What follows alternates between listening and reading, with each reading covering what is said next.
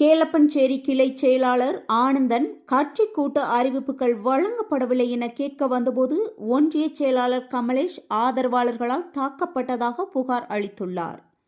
கன்னத்தில் அறைந்ததுடன் சராமாரியாக அடிக்கப்பட்டதாகவும் இரத்த காயங்களுடன் அரசு மருத்துவமனையில் சிகிச்சை பெற்று வருவதாகவும் ஆனந்தன் கூறியுள்ளார். இந்த தாக்குதல் சம்பவம் உள்ளூர் திமுக வட்டாரத்தில் பெரும் சர்ச்சையை ஏற்படுத்தியுள்ளது. செய்தியாளர் வினோத்குமார்.